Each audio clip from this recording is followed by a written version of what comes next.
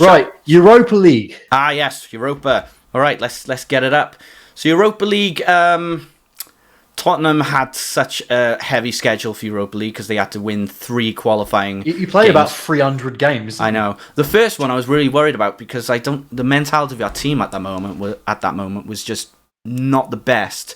I think we were just like worrying about so much, and then Ndombele came on and saved the game, so we're happy about that. There's still people who believe.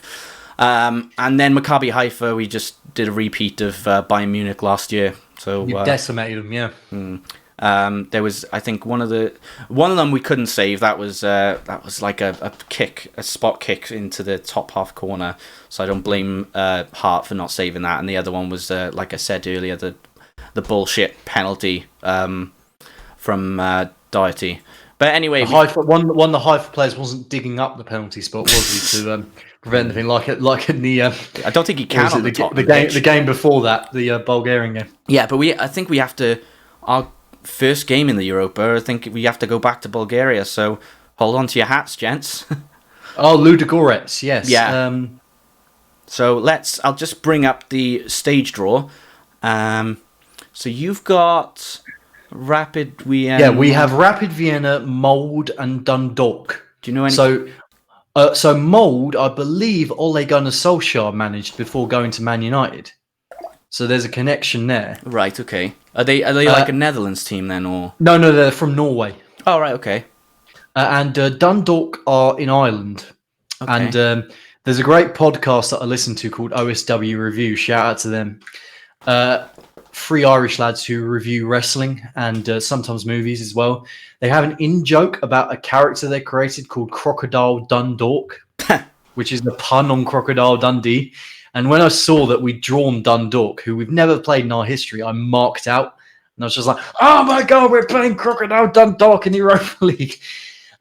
Rapid Vienna, I believe we've only played like twice before, but that back in like the early 90s.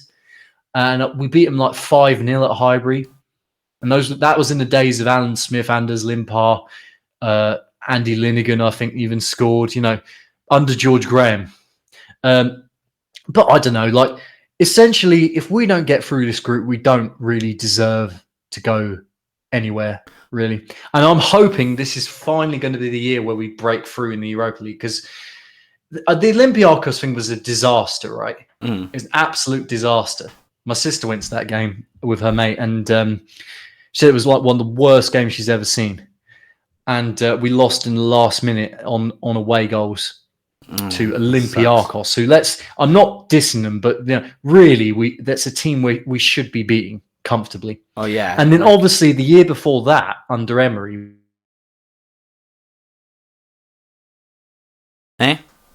Rob.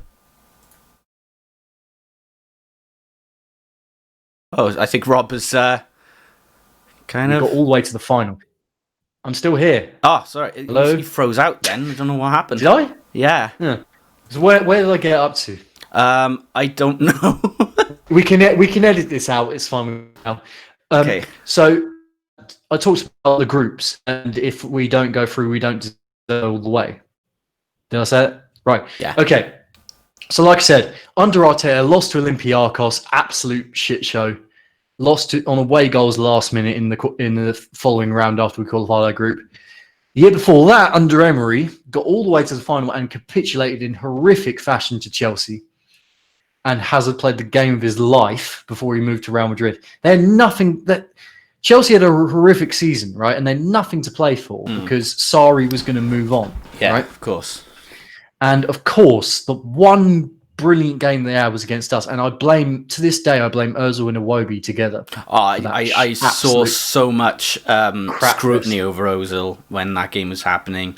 Just like that was the game. That was the game for me that broke the straw that broke the camel's back.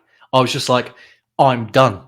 Yeah, I'm totally done with you. Like it reminds me of like the Spurs Champions League advancement and stuff, and we had so many. I think we had so many miraculous things happening. We especially that semi-final against Ajax, and then just the final just left me in such a rut because it was just like we pulled out all these different stops against Man City, Dortmund, and on all these teams. And then when we get to Liverpool, That Man City game was insane. oh, I love that game so much, and I especially loved that our lone striker was the one who scored the winning goal.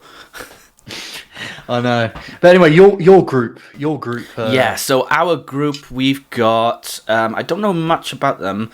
We've got, Tottenham, Ludogorets, Lask, and Antwerp. I've heard the names, but... Ludogorets was actually probably the last game I can think of where Ozil really, really shined. Yeah. I mean, that's probably unfair to say, because it was good in the... Not this cup final against Chelsea that already went, but the one before where it was one of Arsene Wenger's last hurrahs. Well, it was his last hurrah. It was the last trophy he won with us. Ozil had an outstanding game, but like the year or two before that, we played against Ludogorets in the Champions League, and or it might have been the Europa League. I can't remember, but Ozil absolutely tore him a new one. It's one of the best goals I've seen, just on his own, leaving defenders lying in a heap. Yeah. But they're from Bulgaria. Lask, I don't know anything about. I'm going to have to look them up.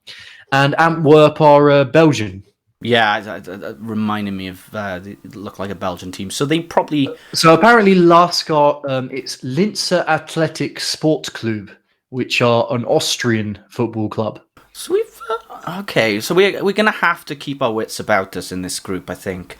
I don't think so. This should be easy for you, really. I just don't want to get you lot after we both qualify. You know what it's like, in terms of playing against these sort of teams, keeping our guard down, and then something happens, and then we're like, how did we lose that? It's happened. I've seen it happen in the past, and I think no matter what, you need to just keep up spirits and things like that, without creating too much risk for yourself, really.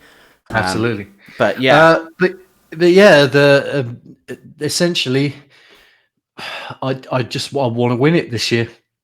Same I here. feel like we might have potential to finish in the top 4 this year, but there's a lot of competition. I feel like this is the easiest route. And it boggles my mind how we still haven't won this silly little tin pot competition with all these teams in.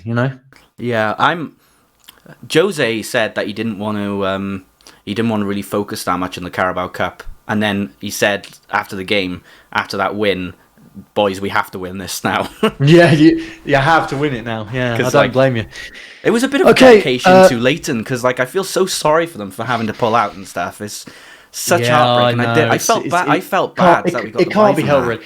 I will say, right, for as much as I hate Tottenham Hotspur, right, it was an amazing gesture, right, from their fans to pull together and buy some Leyton Orient shirts and stuff. I saw that.